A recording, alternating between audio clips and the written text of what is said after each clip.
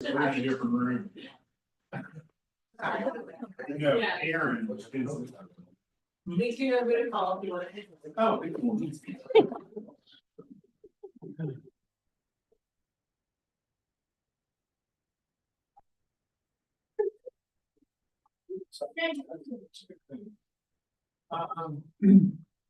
We're ready? All right, I'm turning my microphone on.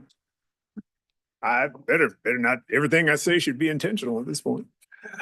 Good afternoon, everyone. It is May 12th, 2025. My name is Douglas A. Welton. I am the chairman of the Charlotte-Mecklenburg Planning Commission, and I'd like to welcome you to our May 12th work session. The Planning Commission work session is being held here at the Charlotte-Mecklenburg Government Center, 600 East 4th Street. We are in room 280 today, so we get to be all nice and cozy, everybody. Everybody cozy? That was the most lame coziness I've heard in a long time. Is everybody cozy? Yeah. All right. This is going to be the best meeting we've had since at least 11 o'clock this morning. For viewing by the public and the media, today's meeting is being streamed live on the Planning, Design, and Development Department's YouTube page. Can we get a counter on how many people are watching on YouTube? One? All right. That is a dedicated citizen, and I think I know who that person is. Okay, maybe later, if it gets up above one, can we, all right, I'm excited. Good to have you here, everybody. We will begin by doing our introductions, and we'll be introducing the members of the Planning Commission first, and we will begin all the way to my left to the last person to get into the room, and we're not making any excuses for her at all, but we're just filling time while the microphone gets passed down to her. Would you please get us started, Ms. McDonald? Teresa McDonald, Planning Commission. Melissa Gaston, Planning Commission. Robin Stewart, Planning Commission. Clayton Seeley, Planning Commission. Rebecca Wilden, Planning Commission. Carolyn Millen, Planning Commission. Shauna Neely, Planning Commission. Andrew Blumenthal, Planning Commission. Will Russell, Planning Commission. Michael Caparelli, Planning Commission. Terry Lansdale, Planning Commission. Rick Winiker, Planning Commission. Thank you very much, everyone.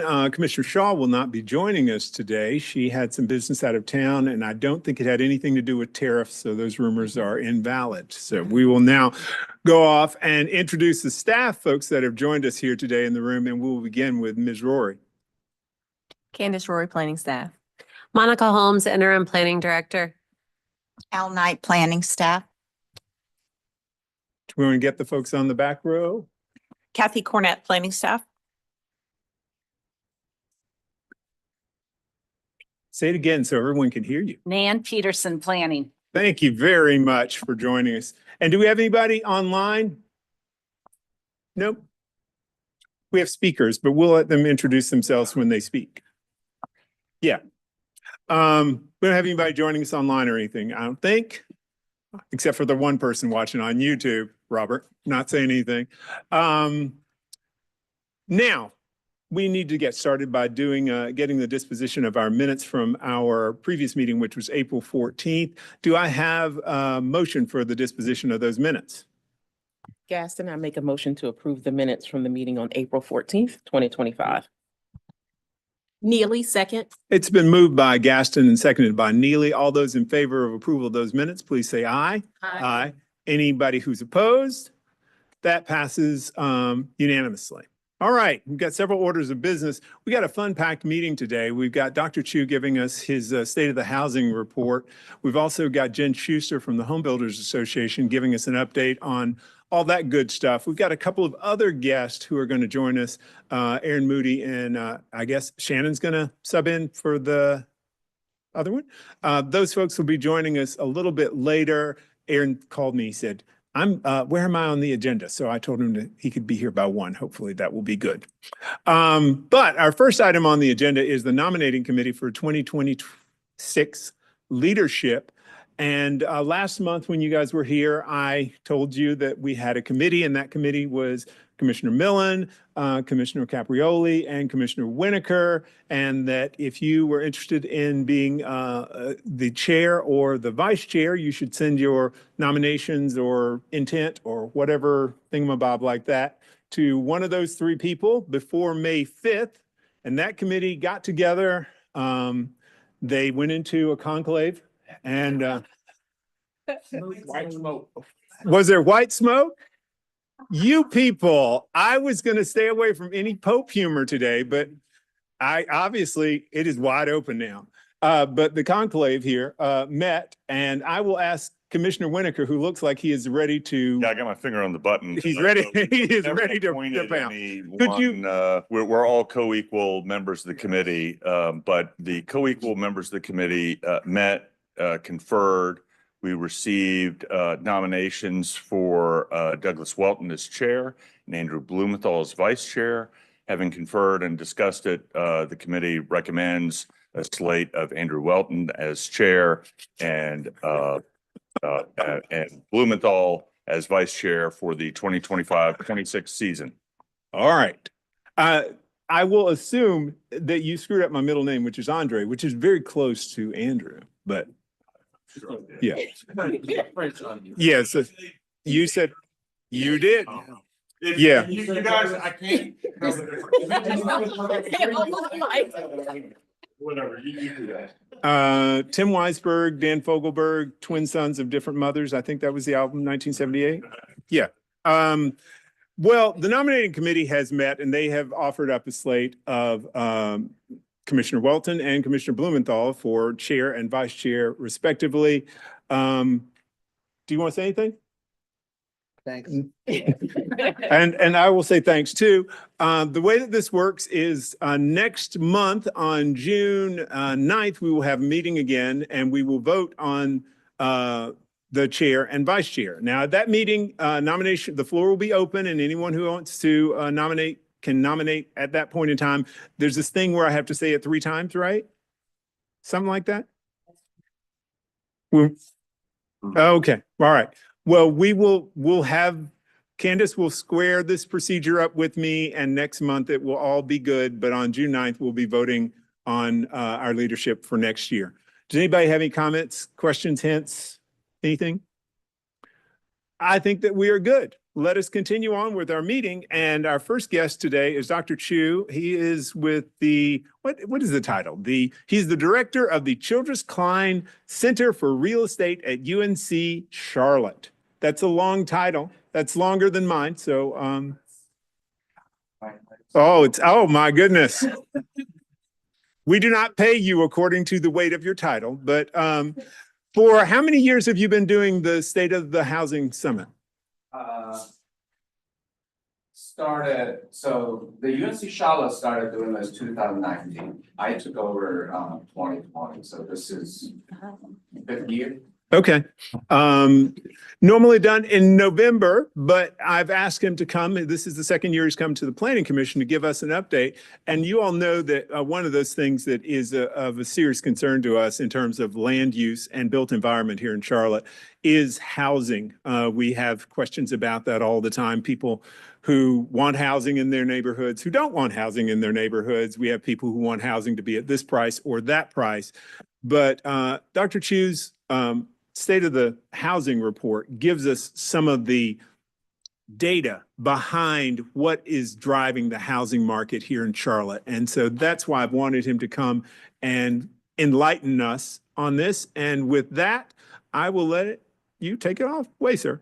All right, thanks for having me again. So this is going to be part of the State of Housing report the Childress Klein Center of Real Estate released last November. I actually updated the data up until February of 2025. And I also, before I came, I also checked the newest data up to April. There's not much change in terms of from February to now. So, and as always, I would like to thank our sponsors. Otherwise, this report would have not been possible. So again, I'm going to start with macroeconomic overview to understanding the demand and supply of housing in Charlotte. So these data are actually for the Charlotte metro area, but if you are focusing on Mecklenburg County, the trends and dynamics are very, very similar. So, so this is like the supply side, the number of housing units. So not surprisingly, the number of housing units have been increasing in the last 10 years. And, if we look at, the demand side, so, in the demand side, I would consider that as the change in the number of households in the city. Okay, so the supply side is the number of housing units, the demand side is change in the, number of households. So, this figure here plots the change in the number of households relative to the change of number of housing units. So just putting demand and supply together, right? So again, I say this every year, so since the Great Recession of 2008, 2009, the whole nation, including Charlotte, has a underbuilding problem. Okay, so probably up until at least like 2017, 2018, where the number of households, the increase in the number of households always outpaced the increase in number of housing units. That is, demand has always been greater than supply. That's why house price has increased quite a lot. Okay, and for Charlotte, if you look at this, in 2018, 2019, we are seeing this reversed a little bit, right? So we built a lot more, and but this trend was reversed by the pandemic. Okay, so you can see that 2021, that those figures look ridiculously large. This is because our data is from census, and census didn't do anything in COVID, during COVID. So those are 2 years of data put together. So you can see, and those 2 years, 2020 and 2021, those 2 years created a deficit of 10,000 units, right? And 2022, another 8,000 units, and 2023, we are doing better. So I think most of you probably have noticed that there was a lot of construction after COVID, 2021, 2022, 2023. Okay, so that's a good sign. But I should warn you, because of the monetary policy response to the inflation, construction activity has almost completely stopped in late 2023, early 2024.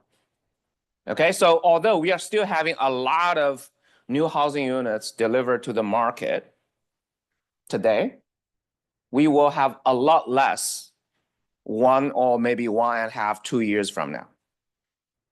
Okay, so even though we did pretty good job in 2023, I'm not really that optimistic, like 2 years, 1.5 years down the road. So our estimates, since the Great Recession, we have a total underbuilding about 30 to 40,000 units. And we are having still today, this is again for the Charlotte metro area, household increase about 20,000 every year, right? And housing units, the new housing units added to the market 2023, 23,625, right? So that's almost just enough to meet the newcomers for that year. But if we need to cover that deficit, we need a lot more than that, right? So if we can make up for that deficit, let's say 5,000 units every year, it will take us anywhere between 6 to 8 years to cover that deficit. But honestly, I'm not seeing that happening. So I'm going to skip this one in terms of vacancy rates. So I'm going to jump to more micro kind of view, looking at really the house prices. So I'm having both the Charlotte area and Mecklenburg County. So the Mecklenburg County are the lines that are on top there, because obviously relative to other counties, Mecklenburg County has the highest house price.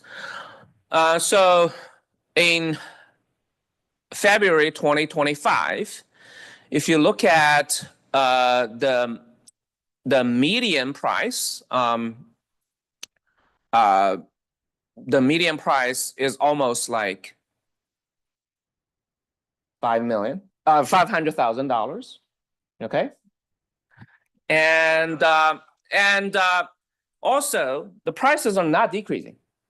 Okay, so this is probably different than other areas you guys probably heard of. So because of the very high interest rate in the last 1-2 years, house prices in many MSAs have decreased, but not in Charlotte. Okay, and so this is just trying to put you into perspective how the house price dynamics have changed during the last several years. So February 2021 to February 2022, this was like still was the COVID housing like craziness, 21.5%. And February 2022 to February 2023, 0%. There was no increase because of the tightening monetary policy. But since then, February 2023, February 2024, 6.79%. But still, the last year, February 2024 to February 2025, house price is still increasing at 2% level. And I just checked March and March and April data. It's still increasing at about 2.5% rate. It's not decreasing. It's slowly increasing. Okay, even with the fact that the mortgage interest rate went from less than 3% to almost 7%. Okay. So the market has been remarkably tight because of the supply situation. Okay, so there has been a shortage in supply, and during the last 1 or 2 years, it's been very, very very obvious there is a huge supply issue. So there is, of course, supply including 2 components: new housing. Okay, we actually add quite a lot, but the existing home, the inventory on the market is very low. Okay, because of the interest rate dynamics. Right? I think a lot of you in this room probably still have mortgages that are below 4% interest rate. Not gonna give it up either. Yeah, that's exactly the problem, right? So that caused the supply side very, very tight, and this reflects in the number of days of house on the market. So this is when you list till when the house is under contract. So obviously during the like really crazy days of COVID, the median number of days on the market was 3 or 4. It's a lot better now. 3 and 4, it's really bad. Because if you're trying to buy a house, even if you are lucky enough to get a house, it's almost guaranteed that's not going to be your dream house. Right? Because you don't have time to shop around. When you see something is listed, you put on an offer on it. Right? So it's better. So it's about 30 days right now. Okay? You may think, okay, this is good news, but put into historical perspective, this is still very, very low. I would consider a healthy housing market, you have the number of days around 3 months. That is probably very healthy, but it's not there. So it still suggests that the market is very, very tight. And so I just checked the listings. So this also reflects like the number of houses that are sold above listing prices. So if a lot of people are just bidding on the same house, the prices will be higher even than the listing prices, right? So during COVID, it was like almost 61, 62% of houses are sold above listing prices. Now we are looking at about 15%, but still much, much higher than historical average. Okay, so I would say, so we are in a different world in the housing market than what before COVID. It's very, very, very different. Right? So now let's talk about distribution, right? So I told you that median house price is like $500,000, which is very high. And then how about the lower end? Okay, so not optimistic on that one either. So we probably should update that number $150,000 because that was a number that a lot of us consider this that at a entry level house, right? $150,000 entry level house. If you come out of college making $70,000, you should be able to comfortably afford something like that, right? Okay. So in 2024, that is for the number 2024. How many houses are sold under $150,000? In the Charlotte area, 2.1%. Mecklenburg, 0.2%. Right? 0.2%. Okay, so now we need to update. Now let's be a little bit more aggressive. Let's say we update. Entry-level house is now $300,000. Right? 8% in Mecklenburg County. Only 8% in Mecklenburg County. Okay, this is how things have gotten crazy. Now, let's talk about how much money we need to make to afford the houses at the different point of the house price distribution. Okay, so here I'm only showing you the lower end. So 10th percentile, this is the lowest 10%. That's the cutoff.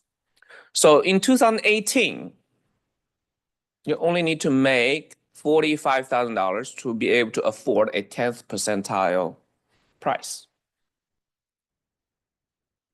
Fast forward to 2024, the number is $93,000, more than double.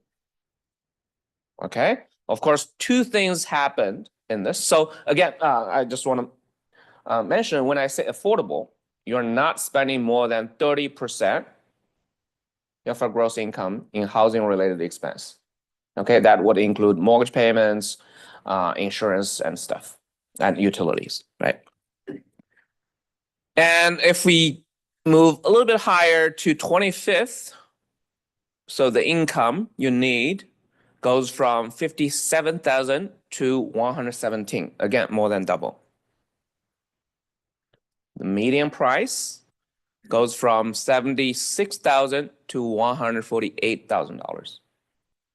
$148,000 to be able to afford a medium priced house in the Charlotte area. Right? So you may think, okay, this is really bad. Okay, where do we stand if we compare Charlotte with a lot of other cities or MSAs? These are all MSAs. So one metric we use a lot is called the median multiple or the price to income ratio. So this is the area median house price divided by area median income, right? And so usually we consider if that number is below 3, affordable. Between 3 and 4 is problematic. Above 4 is not affordable. Okay, so here, these are the regional cities in this region. So Asheville, Charleston, Columbia, Greensboro, Raleigh, Richmond, Spartanburg. Okay, so none of them is below 3. Okay, most of them were below 3 when we started this thing. The state of housing report, right? And Charlotte, okay, so in 2021 was the first year that this number for Charlotte was above 4. But now it's even above 4.5. All right. So this is already getting to, and this is the region's the highest if we exclude Asheville. Asheville is different. Okay, so it's a lot of those prices are driven by tourism. It's not local residents driven house price there. So Charlotte is higher than Charleston. Even higher than Raleigh a little bit. Okay. And of course you can say, okay, we're not that bad if we compare to all these national cities. So Charlotte is higher than Atlanta, but lower than Austin, lower than Denver, lower than Nashville, Portland, Sacramento, right? But the problem is, do we want to be Denver, Sacramento, Portland? Right? So I'm not sure. So, and also one thing I want to point out is Austin. The price to income ratio, the median multiple in Austin has decreased, is decreasing. Actually, the prices and rents in Austin are decreasing. Okay, so of course, there are a lot of other things that are this year in our report is to compare Charlotte versus Austin. So this is again MSA level, and Austin is smaller than Charlotte, and it had similar house price dynamics during COVID. It's probably even a little bit more. But house prices in Austin are decreasing at very high rate, and rents. So, which of course is not good news for a lot of developers, but it's not bad news for local residents who want to buy houses, right? So there are other things. The demand side of the Austin housing market is also kind of changing, but not dramatic. Here, this is the supply side. What I'm plotting here is the total permits, housing permits, right? Charlotte versus Austin from 2014 to 2023. Again, this is based on kind of census data. So Charlotte is blue, Austin is red. Austin has consistently had more housing permits than Charlotte. Again, remember, Austin is actually smaller than Charlotte. Smaller. But if you look at recent years, 2019, 2020, 2021, 2022, 2023, that difference is huge. They just built a lot more. A lot more. Okay, that obviously contributed to the decrease in the prices and rents, right? So a lot of people are scared. They call it underbuilding, okay, because prices are decreasing, especially a lot of developers. But for local residents, this is what's happening. And of course, I also want to mention the kind of permits, if you decompose it into like single family versus multifamily. Single family, not much. So Austin had a little bit more, but not much. What really was the multifamily. Okay, so you can make, so if you like drive through the city, you will see there were a lot of apartment construction in Charlotte during the last several years.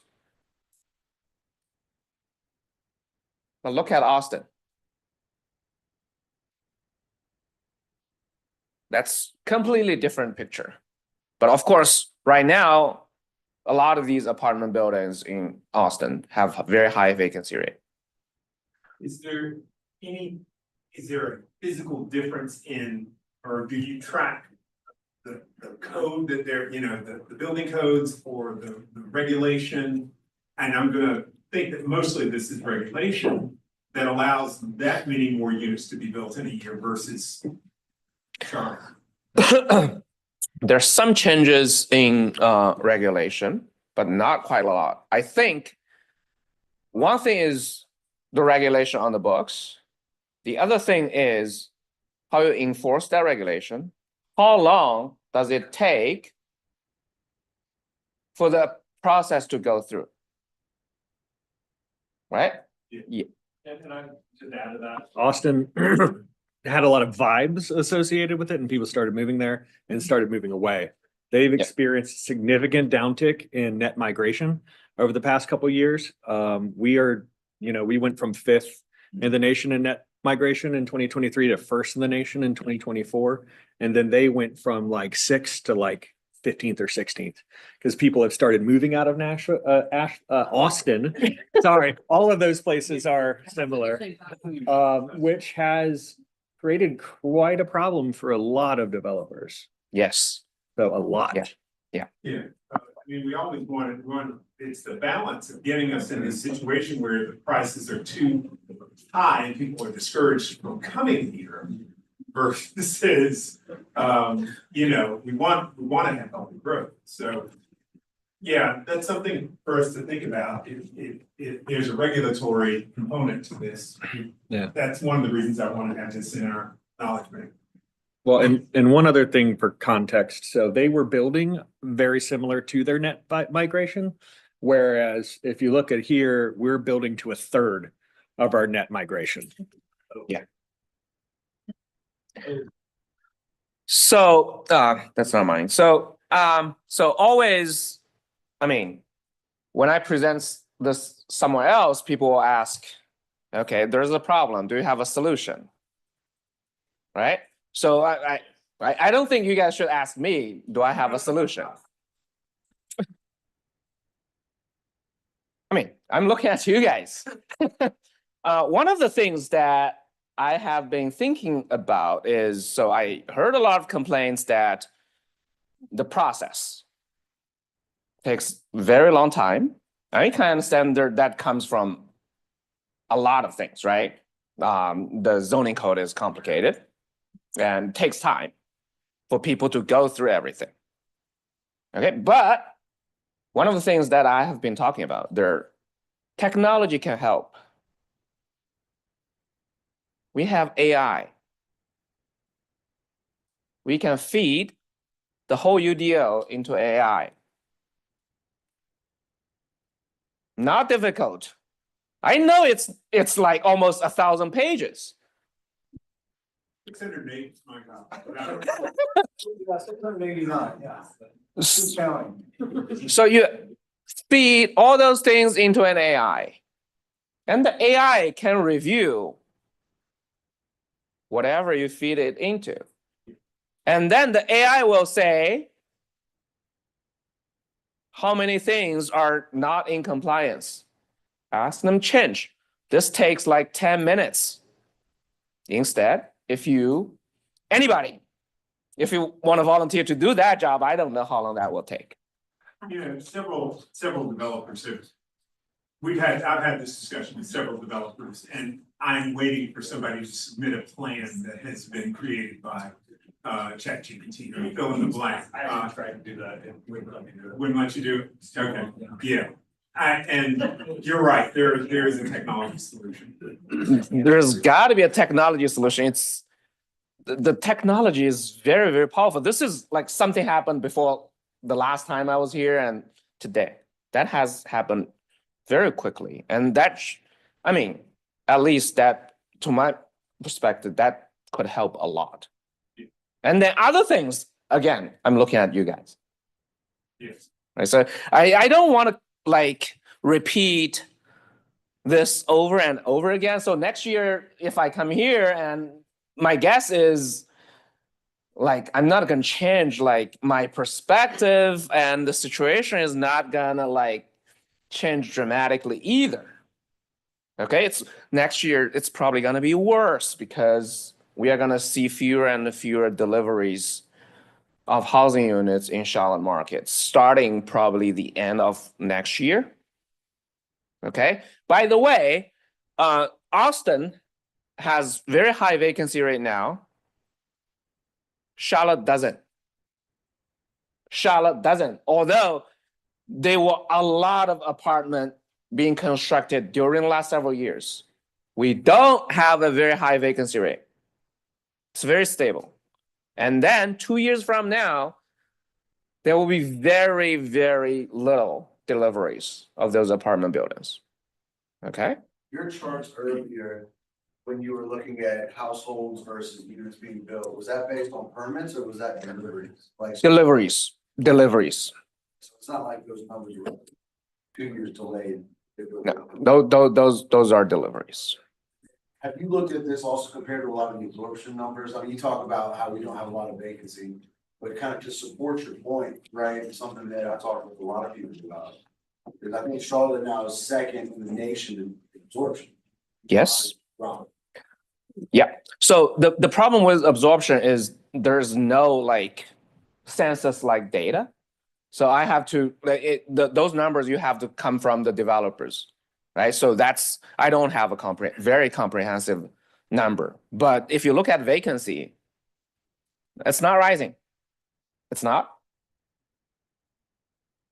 Right? So the other thing I want to say a little bit is single family versus multifamily.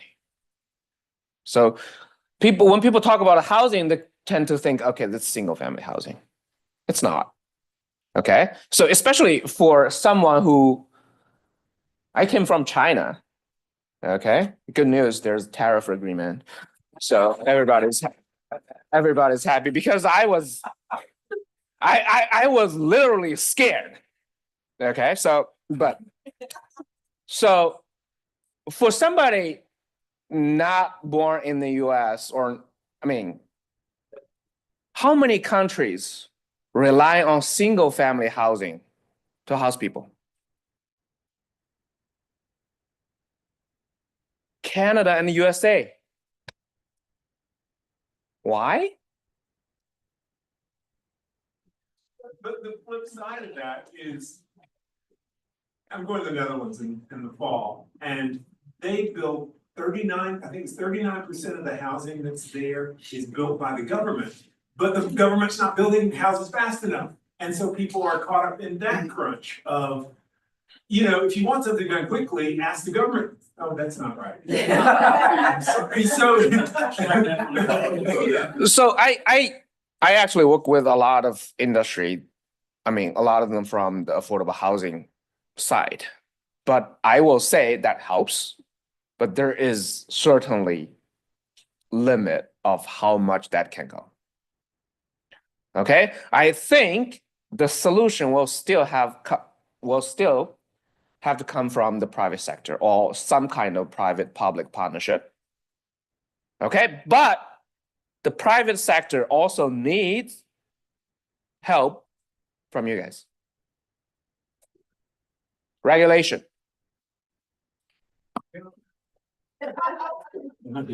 So I'll let you guys work on that. Thank you.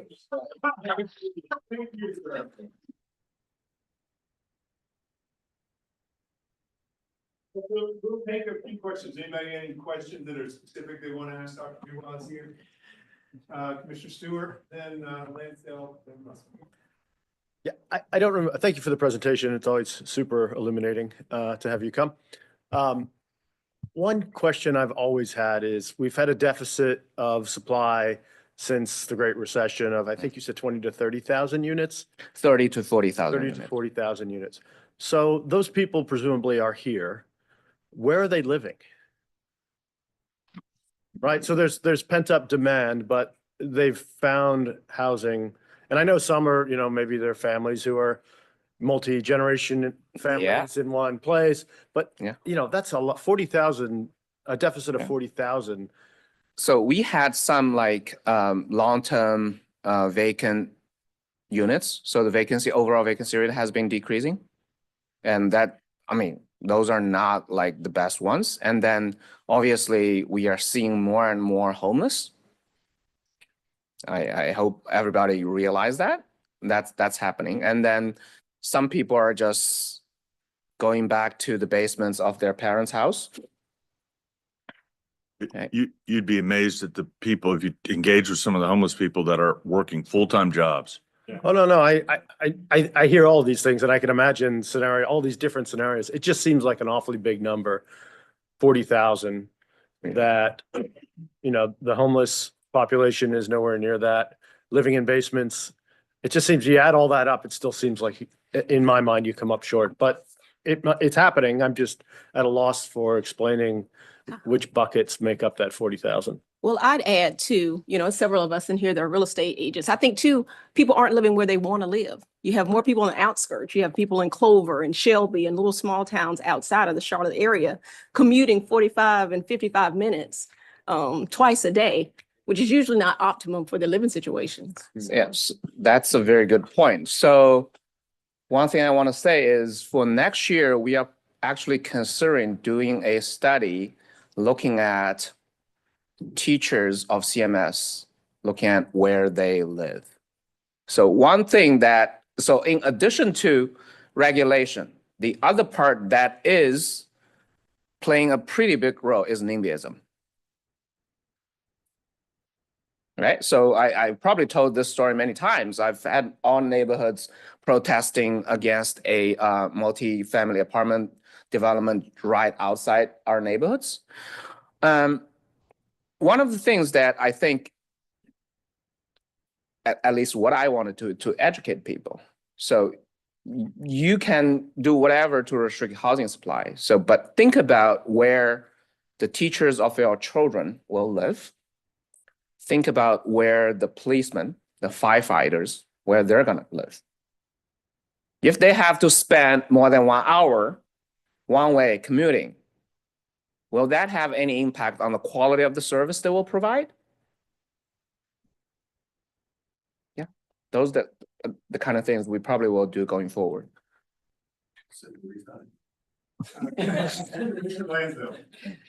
Yeah, I won't take too much time. I'll try to get you to a question, but it'll be an open-ended one. You know, with the projections in January from the Charlotte Regional Business Alliance, we expect in the next 5 years to be at 1.6, 1.7 million for the city of Charlotte, and going from get these numbers right, from 3 million to 4.6 million in the region. For me, I'm really grappling if we have this much transportation disintegration, confusion around these building codes, right? The regulations that you said we need more of. What does our city look like if we are at 2 million people in the next 10 years? This is not a city that I can imagine where there would be any single family home in Mecklenburg County for 2 million. Hyperbole a little bit, guys. But if we have these regulations to manage this growth, to allow this equilibrium, and you got Gaston County or Iredell County, who has a much softer regulation around codes and building codes and standards, what does that look like for our region at 3.4 million in the next 10 years? So if we restrict supply, okay, or whatever you say, manage that growth. So people who are wealthy, they will still get houses. That means they will just bid up the prices. It's not like people want to move here, so they move from New York. Unless you say, okay, you New Yorkers are not welcome here, you cannot come here. They're gonna come here. Okay, they need a house, they're gonna bid up the prices. It's not like when we manage growth, we can always ensure that local people will always get their housing. When they come, if house supply doesn't increase, when they come bid up the prices, guess who's gonna lose their houses?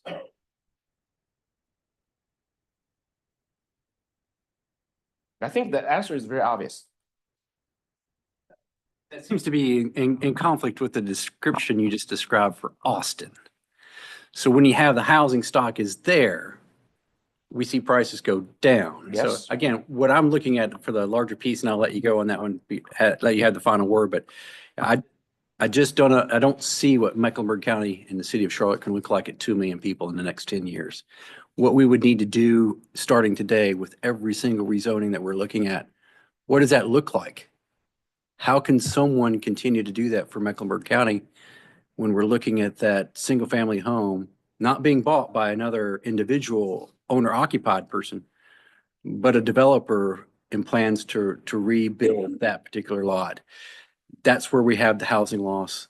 That's where we see the disconnect for that, for me, at least in my So- role here. So if a developer buys that lot, why that's a housing loss? The developer will develop something on that lot. And probably more. Probably more. Russell. So kind of simple question here, Dr. Chu. So obviously we understand single family, what single family means in your report, it means a house. But when you say it's multifamily, what's the number that starts with? What do you consider multifamily? Is that apartment? Is that a duplex, quadplex, what? I think the most conventional definition is more than 4 units. So 1 to 4. 1 to 4 is in the like single family, but most of them are actually 1. So you guys probably understand that. And more than 4, it's multifamily apartments. So as a follow-up to that, it seems like that there's kind of a gap where that 2 to 4 is falling in a hole, or is that accounted for in your? So first of all, the 2 to 4, I don't think it's a hole because there's not much demand for those type of housing units. I think you either go, if you think about what kind of houses I want to live in, either I'll live in a single family house or multifamily apartments. That's the market equilibrium. Right? So I'm not saying nobody wants duplexes and whatever. They are, but that's not gonna be like the majority. That's not true in Charlotte right now, but Yeah. he's permitted more Number of units? townhouses. Townhouses, yeah, townhouses. Duplexes and triplexes per. Townhouses are still like in the multi, still multifamily, yeah. We have permitted more Yeah. 2s and 3s than single family. Yeah. Within- By a significant number, if I Yes. recall, it's almost like 3 times.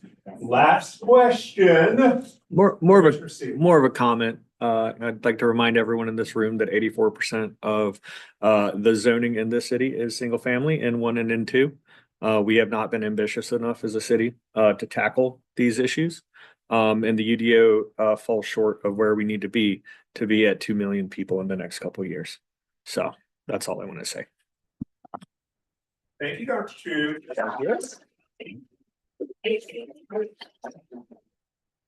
Can we already invite you back next May? Just put that on your calendar. We'll see how things go. Say, hey. All right, everybody. Our next guest is Jen Schuster, and she is the director at the Home Builders Association of Greater Charlotte. And Jen's going to give us an update on that home kind of place. You will get definitional, I'm assuming. So- Yeah, I can give definitions all day long and just about everything I say is gonna mirror what he says. So, Okay. I did bring a handout. Can I give a handout? Yes, please do. Okay. Yeah, it's better than a t-shirt. All right. Or a Yeti.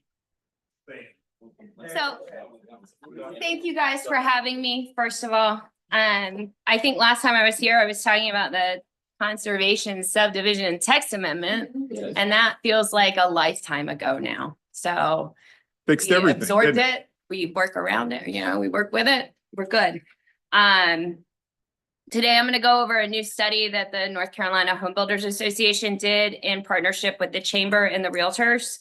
Then I'm gonna go over, hey, there's this study showing we're short, just like Dr. Chu's. What's gonna happen? Are we still gonna be short based on future inventory and current lot deliveries? I'll touch briefly on the new home market data for the first quarter of 2025. And then I'll go into my favorite part, market-specific issues, which y'all, Mecklenburg County and City of Charlotte is not our biggest issue. Y'all are the easiest to work with out of the surrounding 8 counties. So give yourselves a round of applause. At least we know the rules with you guys and they don't change and we're not pushed into conditional rezonings that we don't want to be in. And then next, the last, I will go over housing forward policies. So you guys asked, what can we do to kind of change this? The NCHBA has put out a new House bill. While it is still currently on the House floor, going through their different committees, there's not much hope for it at the end of the day, but different pieces will be siphoned off and stuck in places as with most bills. So just a little bit about us. We are part of the National Association of Home Builders. If you haven't heard of it, you live under a rock, but there's 140,000 members in the country. The North Carolina Home Builders Association has 16,000 members. It is the largest state association. So we make up 12.6% of the total NAHB. And then the Home Builders Association of Greater Charlotte is the 3rd largest home builders association in the country. So that makes, we're 2nd in the state. So that makes Raleigh number 1. So they are the biggest home builders association. We're 3rd. We cover Cabarrus, Gaston, Iredell, Mecklenburg, and Union counties. We cannot cross the line into South Carolina. So while I'll talk a little bit about South Carolina and York and Lancaster in this, a lot of the data that I have is specific to North Carolina. So let's get into housing gap analysis. What was passed out is the QR code that'll lead you directly to the reports. So again, a partnership between NCHBA and NC Realtors. Can everybody hear me? I'm okay, right? And the NC Chamber. It was commissioned in July of 2023. Okay. I talk loud, but I don't want to scream at people. All right. So it was commissioned in July of 2023. And so all the data is through July of 2024. It was done by a third party, Bowen National Research, and it pretty much just looked at the pipelines. It researched all of the pipelines through all 100 North Carolina counties, looked at permit data and said, okay, this is how much we're short for the next 5 years, or not how much we're short, but how much we need to build to get out of the gap that Dr. Chu talks about, right? And they also did an economic impact study. It is like 300 pages long, and honestly, I have not read it, but I'm sure it's great. So the link is there if you have time. So what we find is right now, we are 765,000 units that we need to produce from 2024 to 2029 to meet the current demand in the market, right? And 57.8% of that, almost 60% of that is going to be your for sale residential homes. And that includes townhomes in that number. So whereas Dr. Chu includes it in his multifamily, this report included townhomes up to 6 units per building in the single family number. And then what we find is 42.2% is the multifamily component. So we need to produce 442,000 across all 100 North Carolina counties in the next 5 years for sale housing, 332,000 for multifamily. The study broke it down into income. So they found the biggest gap, or the biggest need, the biggest need is anybody making 81% and plus of area and median income. So that's pretty much anybody making over $85,000 a year in their household. That's what your biggest need is. And it's in the for sale side. So you total all those up and it comes up to 380,000 units that we need to build over the next 5 years to meet the demand in the market throughout North Carolina for sale housing, right? The 13.9% above it, and I don't think we're gonna be able to solve that without a public-private partnership, right? Those are people making 80% less than AMI. And I'm here to tell you, we'll go into land prices, we'll go into barriers to entitlements in a minute. We are not equipped to deal with people making less than 80% AMI.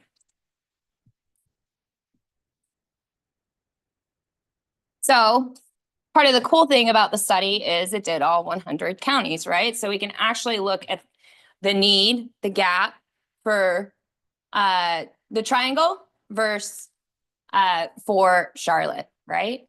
So here we see we need 98,881 units to be produced in the next 5 years to meet the need in Charlotte among those 8 counties. And I included Catawba in there. I live in Catawba County. It takes me an hour and 15 minutes to get here. But because if you're a builder and you're building in Catawba, which a lot of them are, you're running it out of Charlotte. And so those are tradesmen, those are PMs that have to drive up to Catawba every day and drive back down to wherever they're living. So I included Catawba in it. So we're at 98,000, little under 99,000 that we need. Raleigh doing marginally worse, they're at 101. So you can just kind of, I think that the way to look at it is we need 99,000 lots, right? Our market, which I'm about to go into, is going to supply us with about 70 to 75 over the next 5 years. And we're going to have the gap that Dr. Chu talked about. So we're still going to be short 25,000 lots coming out of the next 5 years. Then the study broke it down. It said, okay, take your availability rate. So your availability rate are your available units that are on the ground today. We have 5% of that 99,000 that's available right now today across those 8 counties. You need to be at 2% healthy availability rate, right? And you can see it broken down by those counties, what we're at. I'm sorry, the 5% is all throughout North Carolina. We're at this 0.8% right now in availability. And then it took it down and it broke down the median list price in each of the counties, estimated the median home price mortgage, right? And we can see that there's not a single county in all of those 8 counties where the median income would qualify for the median home price. Not even Rowan, not even Catawba. So how much are we short by county? So you would have to add this much to everyone's household income in order to make them hit the amount of money they need to buy the median list price, right? So Cabarrus County, 26, Gaston County, 20, Iredell County, a whopping 41, Mecklenburg County, 30, Union County, 31, Lincoln County, 40, Catawba County, 38, and Rowan County, 20. So we need to start giving people raises, I guess. That's not like anything. Or we need to drastically lower the cost of housing, right? So how does this kind of feed in and stack into what we're seeing that's gonna come to the market over the next 5 years? And so for this, I use Zonda, which most of you probably have heard of it. It's a real estate data tracking firm. It's nationwide. It's been in the Charlotte market since the 2000s. So they have a long, database and a lot of history in it. So here's your future residential for sale lot pipeline. And you're gonna look at it, you're gonna say, we got 108,000, we're done, we're good, right? But I'll tell you why we're not. Mecklenburg County, this is why I'm so happy with you guys. You're 26% of it. I mean, if you look back historically though, before the pandemic, you were 30. And so it is shrinking. And so it's shrinking because of land availability. Like I spent years in land acquisition. It is cutthroat. When you go to somebody's property, they've already had 15 offers. It is driving up the price of land by insane margins. So 10 to 15% is what they're saying right now is land appreciation over the last year in the Charlotte market. When I started in land acquisition, it was before COVID. You could buy a townhome lot undeveloped, 20 grand, right? Raw land. It's 50 grand now. So what it's doing to builders, it's compressing their margins. Of course, we talk about a land residual all the time in our industry, and it's historically that your lot, developed lot with entitlements, what it took you to get through planning, everything. That is supposed to be 20% of your sales price, right? Historically for the Charlotte market. Right now we're at 30 to 35. So that's why you're seeing sales prices jump up. I mean, builders, they're for profit. Like they can't build for free. So Mecklenburg's doing good compared to everybody else. One of the biggest issues and the barriers to entitlements that we're seeing, which I'll list them out shortly. If you look at Cabarrus County used to be 12% of all the lots that we would bring to market. Now we're at 6%. Their annual start rate is down 40% year over year. So we'll get into why.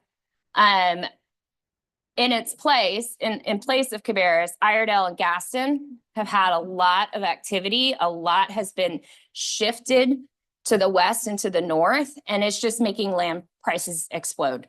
Like Gaston County, it used to be your first time homeowner. It used to be your affordable market. I'm about to show you a median new home price over 500 for Gaston County. So, and a lot of that has to do with product, like Red Hawk from Lennar is there, or like the new Pulte Del Webb, you know, big active adult. Those all sell for over $500,000. But a lot of it has to do with the strain of these surrounding counties shutting down and everything moving to Iredell and Gaston, right? And then we see the outliers starting to come in. So your Roans, your Catawbas, your Stanleys, these counties didn't used to have a place on this chart. I mean, they were, you know, less than 1%. And here they are gaining steam. And then when you look at South Carolina, York and Lancaster, before the pandemic, they were 25% of our market. Now they're down to 17. And so I'll go through why in just a minute, but just so you see, we're shifting right now. Like everything's shifting because of NIMBYism and all of the different barriers to entitlements in the market. So you thought 108,000 were cool. We got all the lots we need. Not really. So 28,267 of those are actually under development right now, which means there's a builder on site, they're paving, they are going to deliver that lot, right? 80,000 of them are caught up in entitlements. So entitlements in the Charlotte market used to take 16, 24 months, something like that, 2 years from the time you got that property under contract to when you put your shovel in the ground. 2 years was historically norm. Now we're at 30 to 36 months, and it's just getting riskier. Like half of the rezonings that are going through in these submarkets, that might be a little high. I don't have a statistic. It feels like half are not making it through. They're following land use plans, they're following comp plans, and they're getting denied by councils because NIMBYs come out with their pitchforks and the council, you know, they want to get reelected. They want to listen to their constituents. So 28,260 lots under development that will deliver in the next 2 years. Historically, Charlotte has delivered 15 to 16,000 lots over the entire 8-county region, including South Carolina. So when Dr. Chu says we're not going to get any better, we're not. So that's down to about 14,000. We're going the wrong way, right? And not because of Mecklenburg.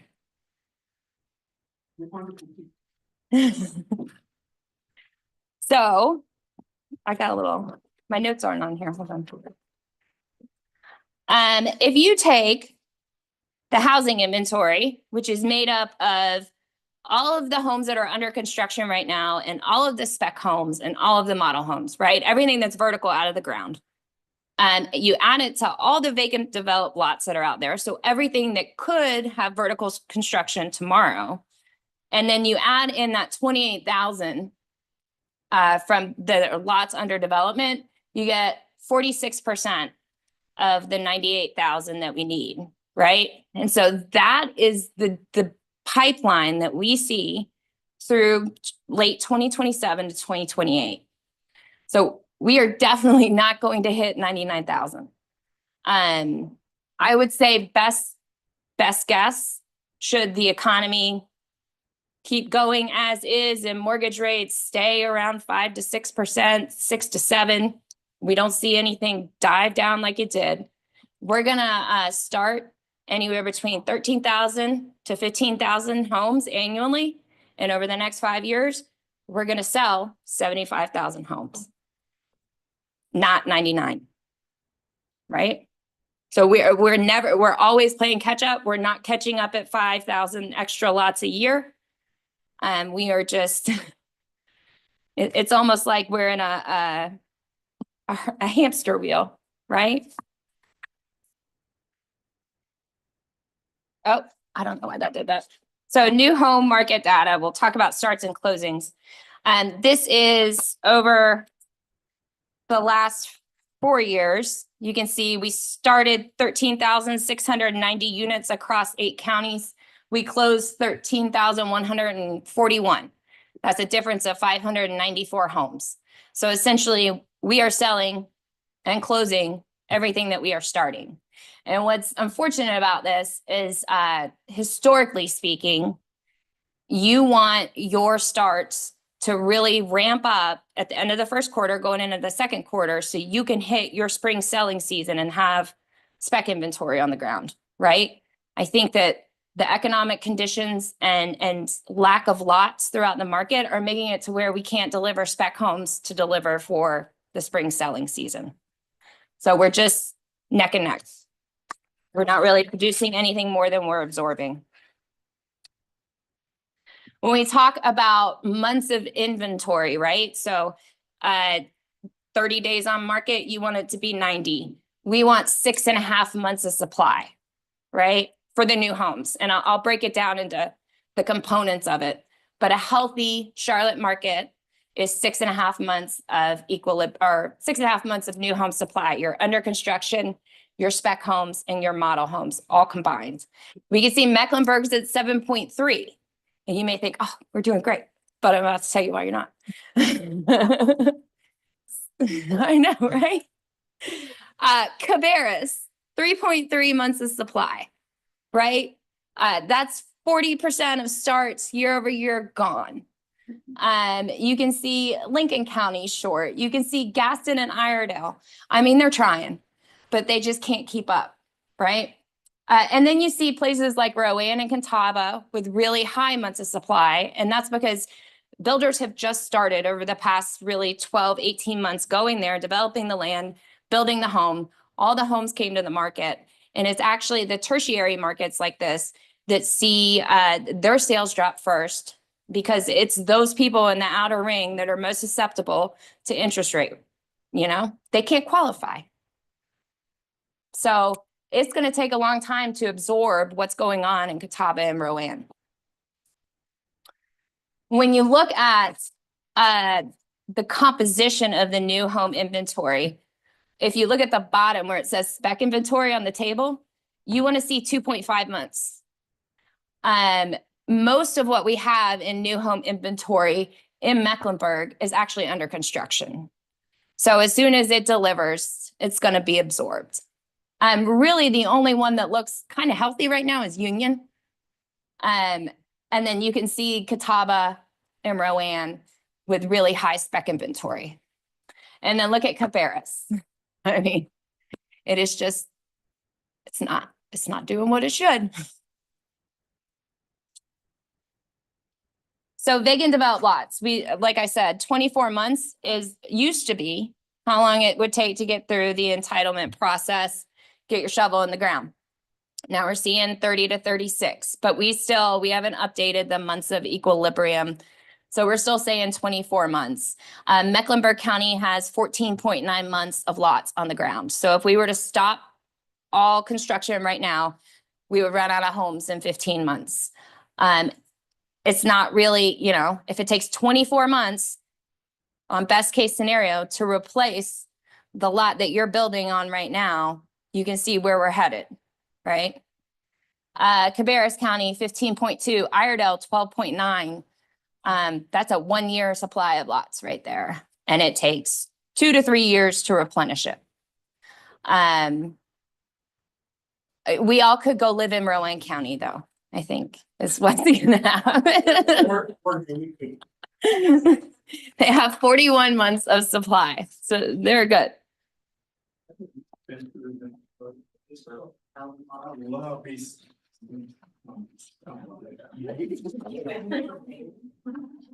All of it's happened in Albemarle.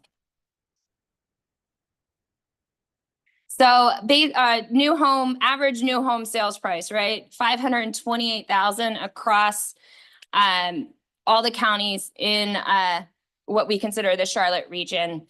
Like I said, Gaston County, 551,000 is the average. It's up 34.2% year over year. But I think that's because of the higher, more expensive product coming in. I mean, Pulte just opened, Red Hawk just opened. You're seeing it come in. In the county? That's Belmont. Okay, all right, because I'm thinking the last time I went through Gastonia, I wasn't feeling. I mean, even in the county though, Union New Hope Road has a lot of activity right now. They have a Meritage DR Horton. I mean, you're still looking at $400,000 to get in there. It's just the simple math of it. Okay.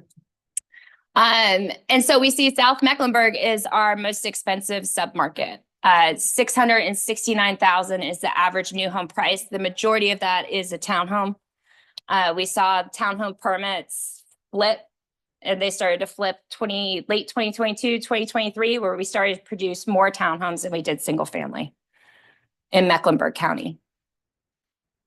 So I think the only county right now that you can get in under 400,000 is Stanley.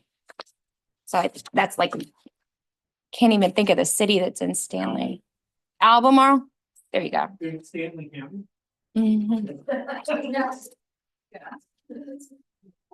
Hope nobody's on YouTube.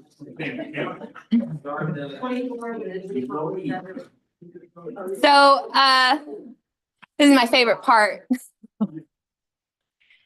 So market specific issues. And you know, I look at my job as the head of the HBA. I'm here to be an advocate for home builders, right? I'm here to tell you what's going on and tell it to you straight, right? I was in our legislative meetings, which was last week in Raleigh, and Senator Vicky Sawyer, she's from Iredell County, came in and talked to us. And she said something that is so true. What is happening right now is all because of traffic. 99% of it in the counties. Traffic, traffic, traffic. If we can somehow get a regional transportation plan together, then we are the collateral damage of sitting in traffic. I don't know how to solve that. That's for you guys. So We solve everything maybe here. decentralized DOT, give them more funding. I don't know, but here you go. They don't have trains coming from Catawba. So let's look at, I broke down the barriers to entitlements into 2 different sections because there are some that are actually like, okay, yeah, I get it. They're serious. We need to fix these. And then there's some that are just public sentiment and rogue city councils.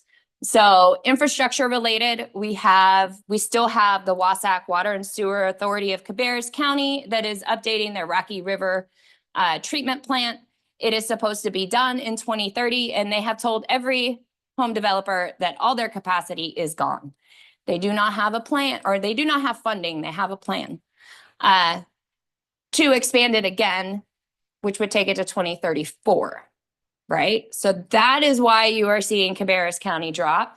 It's only a tiny piece of it though. When they tell you we don't have capacity, what they mean is you need to go through a quasi judicial process where we're going to bring you in here every quarter and you have to fight for allocation against everybody else, right? And I've got a single family bucket and a townhome bucket, and I may not give out any townhomes this quarter.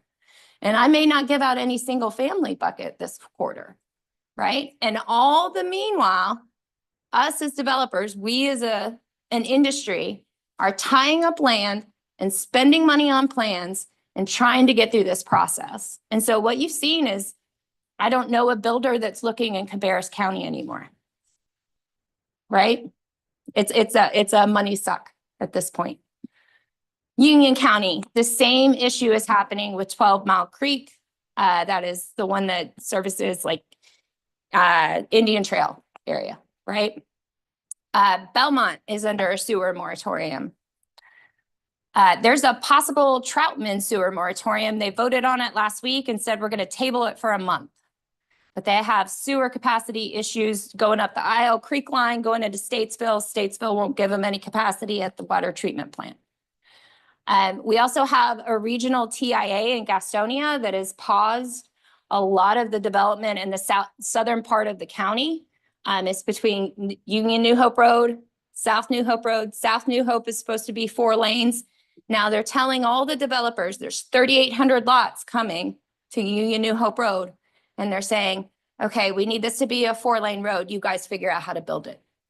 Well, from a builder's point of view, I don't want to go in and say, I'm going to build this mile with Lennar, D.R. Horton, Meritage, and have them drop it. And then the road's not going to get built that way. It's just not how it works. And then we also see Lancaster County, not the panhandle part, but more south near Roseland. And there's just been a lot of development, a lot of lots come online. And they're starting to see sewer capacity constraints with their wastewater treatment facility. So there's the infrastructure related ones. Municipality related. So Monroe right now, Monroe was a hotspot for a while, for probably 4 or 5 years. They are now telling you, if you go to the planning board and say, I have 35 acres and I want to build 50 homes, they say that's great. Anything over 10 units, you have to go through a conditional zoning. There is no more by right development. Mount Holly, they're requiring aesthetic requirements in order to get annexation. In order to get annexation into Mount Holly, or in order to get water and sewer, you have to be annexed into Mount Holly. So they're essentially saying, in order to be annexed in and get your water sewer, you have to do all brick, or you have to do all hardy. That's illegal. I was gonna say, didn't 160B say you can't do? Rob from Rebic, I think we all know Rob, right? Yeah, he's. Rob? Oh, yeah. He wrote him a letter, they ignored it. It's pretty much sue me. They also have a really, I mean, I've been through their cost matrix analysis, which they make developers do.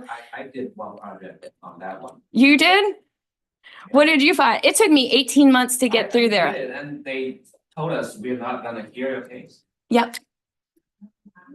I went through 18 months trying to get my cost matrix approved for a project with 101 lots on 99 acres. You do the math on that. And I dropped it. I couldn't even get a community meeting. They wouldn't let me past it. So if that's not a barrier, I don't. Our community meeting was like scheduled, let's say, next Wednesday, and then told us it's canceled. Yep. Not Lincoln County, 1 unit per acre. That's it. That's all you can build. Cornelius, whenever you go to Cornelius and you have a residential development, they are asking you to do 10% in workforce housing. That's inclusionary zoning. That's illegal, right? Statesville is actually trying to do the same thing. Statesville. Fort Mill, $29,000 in impact fees on any new single-family residential home built. It was, I think, it was 12 or 14, and they just raised it.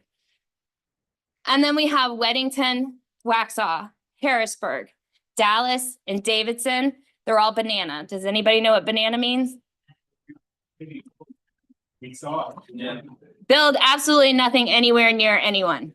That is the new one. I didn't come up with that. That's online. That was like a new thing. But if you go to any one of those municipalities, you will not get through.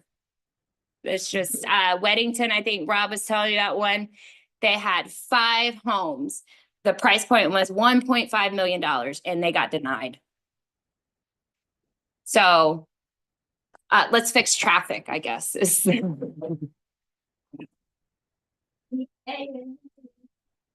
So what's the home building? That's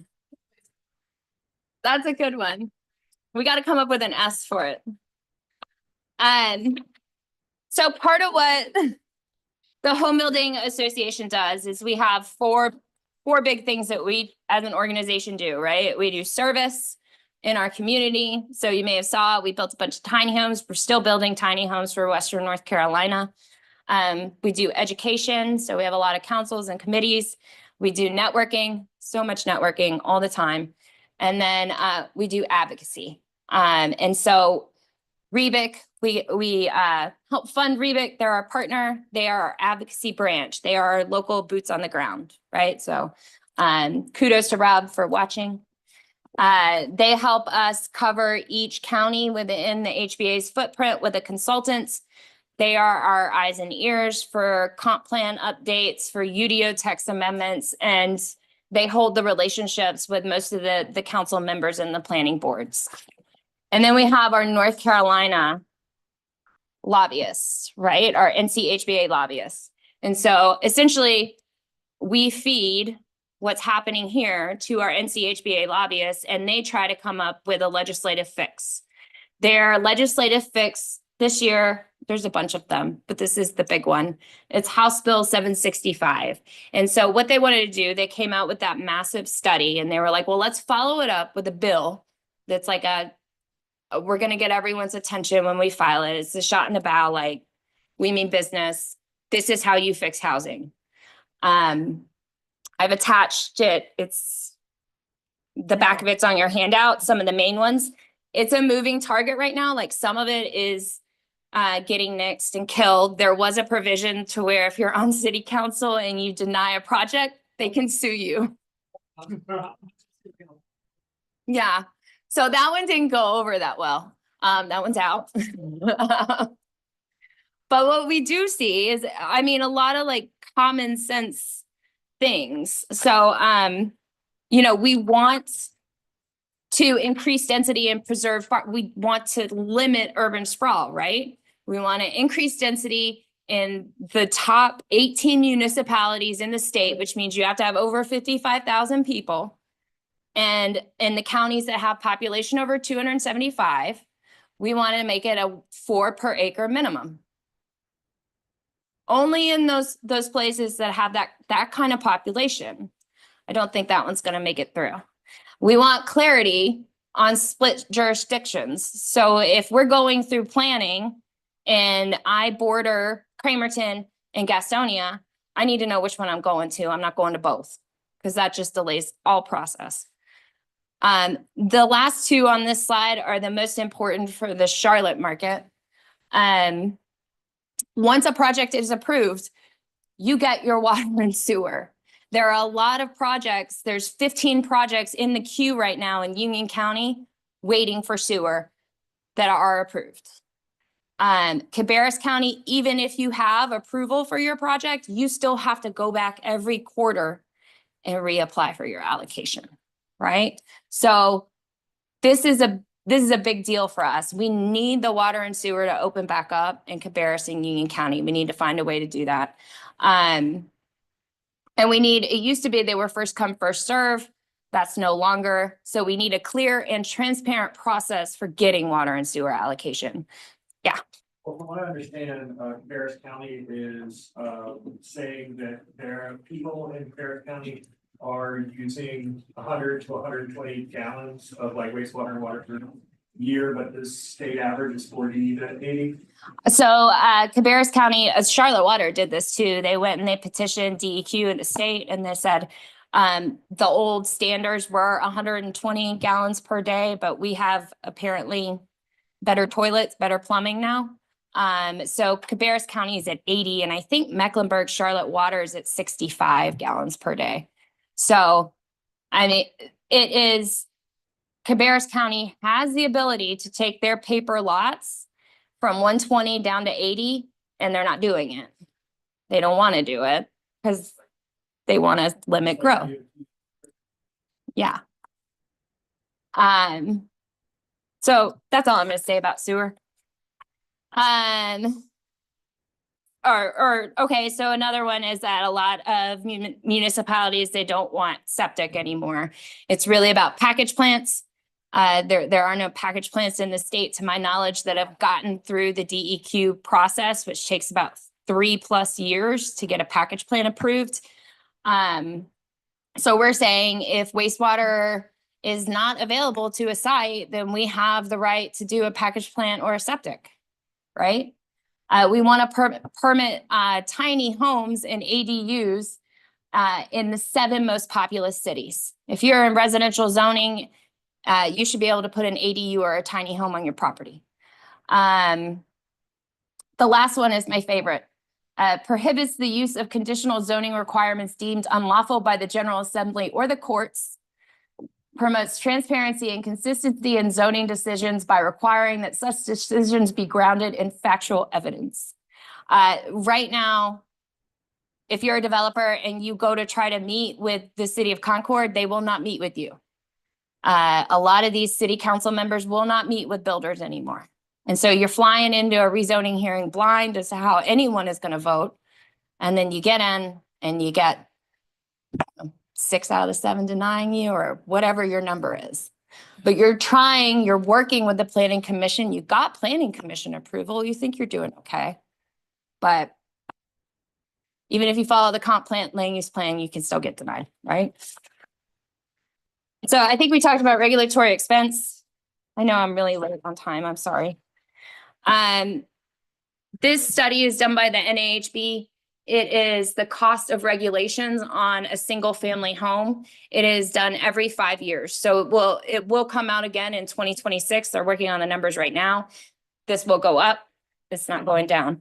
And what you see is the breakdown during development. So that's your rezonings, your construction drawings, everything that has to do with the horizontal development. Regulatory costs are about $41,000. And then during your vertical construction, we're at $52,000. So $93,000 on the average new home. At the time of this study, the average new home was right under $400,000. So it's 25% of a new home is just regulatory, right? So my takeaways. So barriers to entitlements, be that, your infrastructure, your municipalities, the bananas, they're the greatest headwind right now we have to supply, and lowering the cost of housing, because what have we been saying? If you increase supply, you can lower the cost of housing. Stopping or dramatically slowing growth in the secondary suburban markets like Cabarrus and Union. It's just fueling higher land prices in Gaston and Iredell. And making it harder to get through those municipalities when you're doing entitlements. Current uncertainty in the economy is leading builders right now to pull back. They're pulling back from the tertiary markets like Rowan, Cabarrus, Stanley. They're dropping deals. I live in Conover. A big deal just got dropped a month ago. And then housing forward policy, like from the NCHBA, is gonna require a regional transportation initiative, as traffic is the #1 issue the constituents cite. That's it. Thanks, Jen.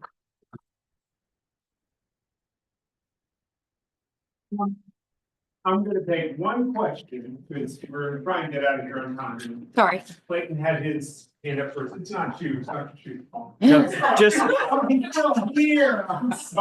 Just wanted to give a legislative update on what she was just talking about, House Bill 765. She mentioned a few other bills that were in there, including single staircase reform, parking lot reform. Those did not make it through crossover, which crossover is when you kind of determine like what happens next, what It's gonna go from proceeds. House to Senate. But this bill, while it did not go through crossover, it was stuck into financial review. so that at some point it can be circled back to as they continue working through the details. So while it did not make it through crossover, it could at some point. From what I understand, there is not large support, particularly from the something of cities, the municipality. The League of Municipalities is kind of right now you got these two driving forces, the housing lobby and the League of Municipalities that are going to like fight this thing out. So maybe something positive will come out of it. And I mentioned parking lot reform. Parking lot reform is also part of this House bill as well, which is super important. So just wanted to add that for further information. Thank you. And I will say, thanks, Jen. And if people have questions for her, hopefully you're going to hang out for a few minutes. And she's real good if you just send her an email and you wanted to see anything in any of these slides. Wonderful person. So we've got a couple of other short speakers that we're going to talk to here, and then we're going to do our thing. They're not short in stature, but the first one is Aaron Moody, and Aaron's here, and Aaron is the chairman of the Building and Development Commission. And I asked Aaron to come because remember a few months ago when we went downstairs and we went through the CLT Development Center? There are other things that happen in this whole process. And whatever happens, part of it is Aaron's fault. And so what I wanted was there are a couple of other commissions, and I wanted Aaron just to give us the 5-minute introduction of what the Building and Development Commission does. Thanks and welcome to Aaron. Aaron's my neighbor, by the way, so he's very fortunate to live near me. So if this doesn't go well, throw eggs at Dennis's house tonight. So. Hello, my name is Aaron Moody. I'm with Dwell Design Studio. We're a multifamily architecture firm in town, and I chair the BDC committee, which is the advisory board to Mecklenburg County Commission for county code enforcement. To their great insight, they realize not everybody on county commission may have expertise with code enforcement in the building industry. So they, believe it or not, I think people were more dissatisfied with county code enforcement back in the day. And so they created this board of stakeholders to help advise county commissions when they took votes on things related to code enforcement in Mecklenburg County. We have representatives. I represent the Business Alliance. There's small business, contractors, architects, engineers, again, everybody that's dealing with code enforcement on the day-to-day so they can actually speak to firsthand, what's working well, what's not working well within Mecklenburg County code enforcement. The biggest value is once a month we meet, it's a public meeting, and both the members of the BDC who all represent a professional group can bring issues up, as well as a member of the public can attend and bring issues up. And you have every leader of code enforcement in that room once a month to get that dialogue started. Usually winds up being side conversations that get scheduled later, but you've got all the key leaderships here in that one meeting. The things that we go over from month to month, we discuss performance stats, making sure response times, inspections are getting scheduled on time. We go over things operational. Some things we've rolled out since I've been on the BDC was live inspections, which I know the Home Builders Association really, or those contractors really enjoy. That's literally the ability to get on essentially FaceTime with the inspector and review some pretty easy things rather than having to schedule those in-person meetings for that. And that's really helped with inspection times. We also, our big one is the annual budget that we go over every year. And again, all these are just things that we are giving insight on, making recommendations to county commission. They're the ones that ultimately vote. So other than just giving advice, that's the extent of our power. So yeah, that's the elevator pitch. Thank you, Aaron.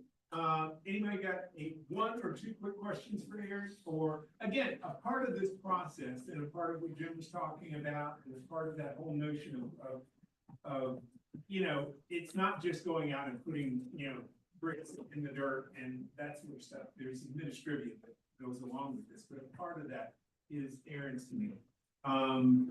We're gonna go on and Shannon, are you gonna do what's next here? We've got a complementary commission to Aaron's Building and Development Commission, which is the Development Services Technical Advisory Committee. And you are you subbing in for somebody or are you? I co-chair Okay, all right, with Thomas Habaparo currently. all right, that's the other. So I'll back up just a little bit for how we got to Development Services Technical Advisory Committee. So it'll go way back. I believe in 1989 as a output of a council workshop, there was a subdivision steering committee. And that was commissioned from that workshop that were really the home builders at that time in a small group working with staff through pain points in the review process. Sometimes there's technical adjustments based on a standard. And so that I started in 99 and sat in subdivision steering committee. And then we evolved to when we did urban street design guidelines that we expanded streets into not only residential subdivisions and sometimes in multifamily, but they became required in larger non-residential developments, which you'll sometimes see in business parks and such that you can go through and cut through. So as the street network was expanding at the time, CDOT had this Charlotte Developer CDOT Directors Roundtable. And at that time, Danny Pleasant met with folks building streets and doing big projects that had signals. And that was a coordination that was happening there. So we evolved to partner with the residential developers and the non-residential developers to form DSTAC, which is comprised of a diversity of stakeholders that do make up members from Home Builders Association, REBEC, NAIOP, and we at this point have just updated with a lot of help from NAN, a brand new charter. And we've redone our charter because certainly with the adoption of the Unified Development Ordinance, that's taken on a whole other larger internal collaboration that in addition to the departments that you all met in the Development Center, the ordinance itself has a lot of interrelationship in those standards as it does relate to transportation, the setbacks, and all the elements of stormwater and what goes into any site. The other kind of layer of that is certainly, as you all know, as the Planning Commission, there have been a number of maintenance text amendments to that UDO since we have started working with it. And we see this stakeholder group as an opportunity to really partner on process efficiency and efficiency with those rules working in the site design and planning stage.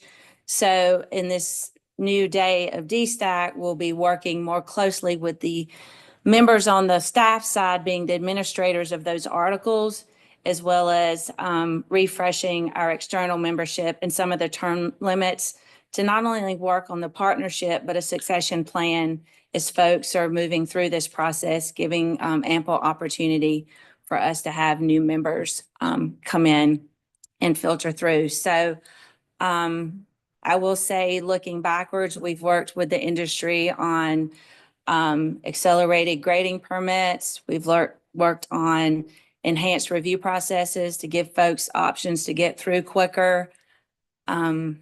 Nothing else is jumping out at me, but it is an ongoing, I think, mirror of we have a vision statement in the Development Center that does talk about partnering for success. And this really, I think, does represent how we do that in a very intentional form of discussion and dialogue that gives us opportunities to find ways to strengthen that. So any questions or follow-up? Thanks. Again, just want everybody to be aware that, we don't just come up and, there's a public hearing, we have a zoning meeting and then it's all done. There are other parts to this process. And so Dan and Shannon are both a part of that process that you guys have seen before. DSTAC is a part of the process. Aaron is more part of the process when things are going this way. But if you ever need to reach out to these folks, please make sure you do, so you understand this when you go out and talk to somebody and you're standing on a roof with the developer and they ask a question. All right, because I got to do that last month, and you just want to be able to make sure you can point them in the right direction. All right. Can I say one Yes, ma'am. follow-up thing? Because Jen's here and Commissioner Russell, we met with you and we had an opportunity to talk about the individual residential lot process that came with the UDO, where we've got stormwater and trees on every individual lot. And we are meeting monthly right now with the Home Builders Association and doing refinements to that process and working in true partnership with them to figure out how can we make this more efficient, streamline it. So I just, like we're saying, it's an evolving process and we're working truly together to be successful. We don't have a magic wand, but maybe you guys. We have one on the Excel landing page. It's a little magic wand. It's called the Wizard. And yes, okay. If you, Thank you very much. thank you all. All right. All right, we've got 2 or 3 things we've got to do, and one of those things is, Monica's gonna give us a 5-minute Really do this. administrative update, legislative update. Somebody's gonna, are you? Yeah, no. Yeah, we were planning, well, a couple things. One is that I hope you're all prepared. Tonight's the public hearing for the community area plan. So for those of y'all that sit on planning committee, I have very good news. If you have not looked at the agenda, we are before the budget hearing. So that is good news for timing. Obviously, you're welcome to stay for the whole meeting, but it is most imperative that you are there for the community area planning public hearing. So that is tonight. We are working on a spreadsheet that we said we would deliver. Yes, it's at 6:30, if you were not aware. It's at 6:30. There is no public forum tonight. So we'll start with a normal typical meeting at 6:30. There will be, I believe we are like the maybe 4th or 5th, and there are a few speakers on a couple of annexations and a couple of the other public hearing agenda items. So we will not be at 6:30. The meeting will start at 6:30, but we will not be that long after that. Dave has been running point on tracking all the legislation and things, and there's been a lot of talk around that. So we're not going to go deep dive into it today. But we are obviously tracking that and pulling our own spreadsheets and thoughts and working with our lobbying team on 587, 675, 661, and 831, as those are the 4 that are still on the table. So we agreed in conversation that we would provide a little bit of a update via a written update to you all. So stay tuned for that. We're busily working on it. Obviously, crossover was last Thursday, so we need just a little bit of time to get all of that put together. But we can answer questions, obviously, afterwards if you have them. All right, again, there are going through right now, and until they pass, they're not the law. But, you know, at various and sundry points, you guys can engage those as you will. I will say shout out to Commissioner Lansdale, is he still in the room, for texting me the other day, and I got to have an exciting evening watching the North Carolina General Assembly. All right. Okay, we've got a couple of things left on our agenda here, and that would be the first and most important. Hey, do you people like to eat? It's not a rhetorical question. All right. So now commissioners are going to get to order their own lunch. And if I understand the process, Ella's going to send us an email, and then we'll probably send you to a site that says, what would you like to have for lunch? And then you pick that out, and then you click the little thing that says whatever, add to cart. All right. So that way you'll be able to have a little bit more control over the food and, you know, whatever you want to have, as according to whatever the choices are. And if you don't, you are SOL. You're going to be hungry. All right. So that. All right. Now we've got two things to do. We've got to get through what the commissioners did last month, and we've got to get through homework. And we're going to begin with the woman that has the disappointed look on her face over there, Commissioner McDonald. What did you do last month? If you did anything, it's okay. Okay. The thing I didn't do was make my summary. So, total blank, I'm sorry. I did not do nothing. I'll We'll say take that. your word for that. I actually wrote a list this time. Surprise, surprise. Oh, live large. Yep. Whoop, whoop, whoop. So I attended the meeting last week about the UDO ordinance. Is that what that was? Yep. Don't know the title, but that's what I attended. I attended the Derrida area community meeting there. And I also spoke to a couple developers afterwards in regards to some things that they shared about coming up within the community. I met with a church who's interested in potentially doing some affordable housing, and they were asking me, I have no idea, but I'm gonna put them on the right path. I attended a couple neighborhood meetings for the North End, as well as the developer ATCO, and that's what I did. All right, thank you very much. I Commissioner didn't do Stewart? that much. I did not do nothing also, but I have nothing to report out to this group. Okay, cool beans. Commissioner Sealy? Turn your microphone on. Well, first of all, on Saturday, I hosted a policy hour about state politics and about all of these planning and transit bills with Junior Representative Jordan Lopez. That was really interesting. Learned a lot of which I shared here today. Been really diving into these bills, giving my opinions, my thoughts, and kind of my interpretations on things for new people that are in the House, just to better contextualize what is actually in those bills. And then I have a very new practice. It might sound a little crazy, but I'm now putting on noise canceling earphones at the gym, and I'm listening to city council meetings instead of the really loud music. And that might be the weirdest thing that I do, but I am enjoying the hell out of it. So, yeah. Yeah, we will look at you differently now. Thank you. Commissioner Weldon? Yes, so I attended office hours to get more clarity on the community area plans. And then I also put my comments online, and then I looked through all the comments and liked them or disliked them if I didn't agree with them. So yeah, I'm just happy that I made it through all of them. Commissioner Millen? I attended the virtual UDO amendment meeting this past week. Also went to the Weeping Willow Transit Public Meeting with Mayor and Alma Adams, Mark Jarrell, and her person with me. Attended an MTC meeting. I also went to the Chamber's Public Policy meeting that had Councilwoman Osmeyer there talking about safety in the city of Charlotte. Went to Almall Road Quarters Opportunity Meeting. That was real exciting. I'm being facetious. I'm sorry.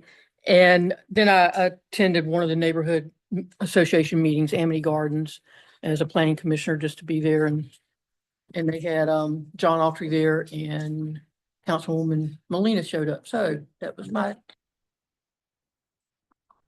So I didn't write a list, but I did attend 2 transportation sessions this time. I'll do something else next month. Thank you very much. Commissioner Blumenthal?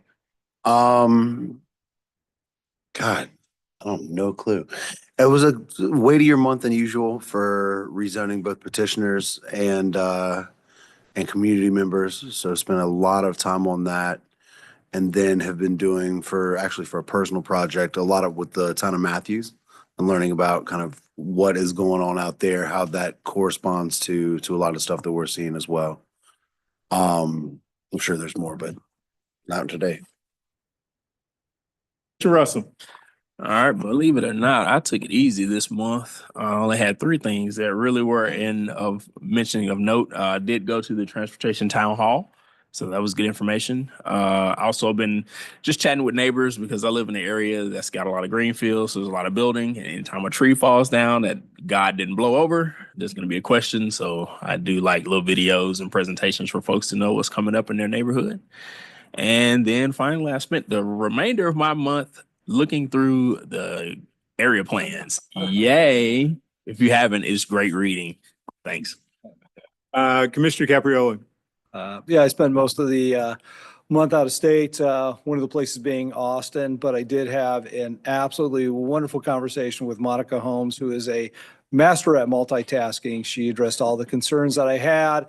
about the ETJ, even told me about some of the programs the ETJ we could access, which I didn't know we could access because we're outside the city. And I also wanted to thank Nan Peterson, who saved a lot of time, because many times Monica brought up something and I'd say, yeah, Nan already told me about that. So that's all I did. And after this, I have a meeting with a builder on how to build 500 single-family homes and townhomes in a environmentally sensitive area. Commissioner Lansdale. Thanks. Clayton, I gotta say, you know, if you want to visit city council meetings and planning commission meetings across the state, Durham's a kind of a fun one to listen to every now and again. Greensboro is kind of fun to listen to every now and again. And if you're interested in Wilmington, you can do that too. So welcome to the gang. But I attended several town halls online. And I visited, the reason why I was not here last month, and I don't know if I won't be able to get credit for it, but I was part of the UNC government class for the quasi judicial board training that was up at the Central Carolina Council of Governments last month. So my apologies for missing last month's meeting. I did want to talk a little bit about and inspire everyone to take some time and to reach out to staff for some one-on-one time for the small area plans and really kind of dive deeper into that conversation. I did also want to make sure that I recognize to you or have you recognize that there are some assets available by NCDOT that will all help us be better in analyzing our small area plans, especially related to the sections on transportation.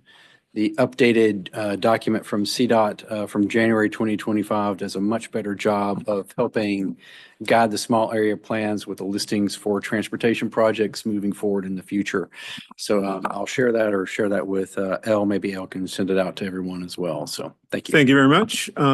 Mr. Winokur? Let me say, if you could definitely share that, I definitely want to read and review that. Got to announce at the Elizabeth 8K road race. They had over 1,300 participants and more, including our Mayor Pro Tem, Dante Anderson.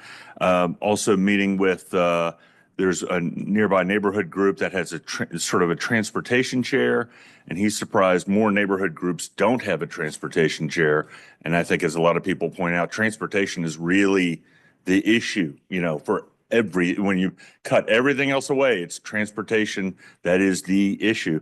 Want to give a quick shout out, Commissioner Woolen and I, we're going to be table captains this Saturday, May 17th from 9:30 a.m. to 12 p.m.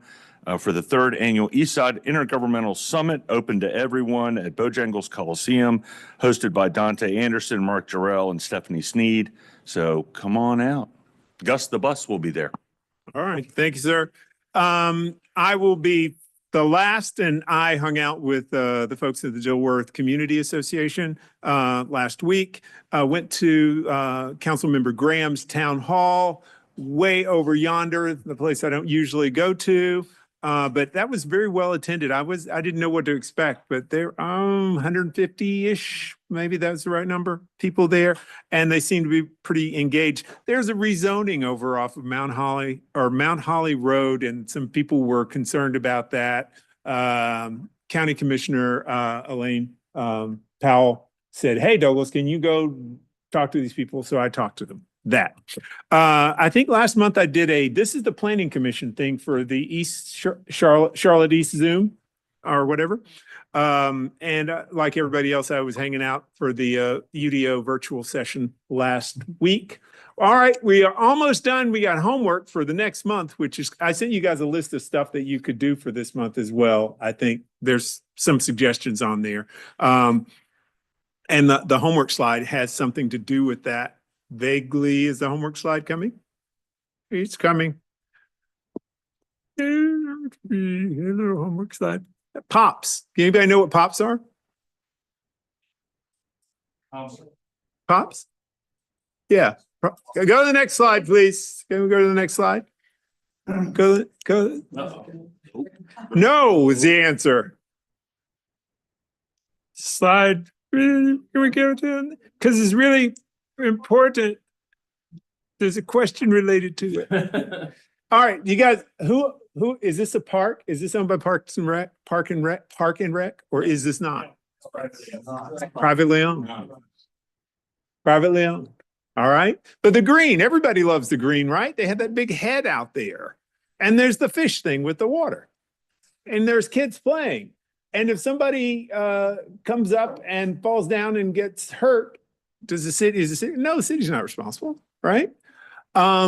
One of the things I sent you guys was, it's the thing that South Park Partners is doing at the band shell. And it's all about activating Symphony Park, which is not owned by Mecklenburg County. Next slide. POPs are privately owned public spaces. And there are more of those around than you think. I went looking and, you know, you go in front of that little plaza in front of the building and, you know, it's got the nice little fountain out there and water squirts up and your kids play and all that stuff. But maybe it belongs to that building and it's not, it's not a park. Or we think it's a park, but it's not a park. So this just talks about some of the pluses and minuses of these spaces and should we encourage to have more of them or not? And I'm perhaps on the side that says we should have more of these. Next slide, please. For those of you who are, all right, like some of you in this room I know may fall on the liberal side of politics. And the New York Times is kind of the paper of record, right? And it generally has that kind of liberal bent to it. And then there's this notion that the New York Times has lost their minds. And I've left out a word there because there is an article in the New York Times, next slide, please, that said, is sprawl the answer to America's housing crisis? And obviously, sprawl is the answer to America's housing crisis. Either that or anybody can now get an article published in the New York Times. So I'm sure someone for the Times will be calling me or something. I don't know, whatever. But it's a very interesting, given the normal bent of what we think about. I don't know the last time I heard anybody say sprawl is the answer to everything in terms of built environment. It just is not one of those things that comes up very often. It's an interesting article. Take a read. That's all I got, folks. Thank you for having a wonderful meeting with us here today. Here's the schedule of stuff that's coming up for the next month. For those of you who are on the planning committee, 6:15 downstairs this evening. Hopefully everybody will be there at the time that they're supposed to be there, and we will have our public hearing on community area plans. And that's all. We're out.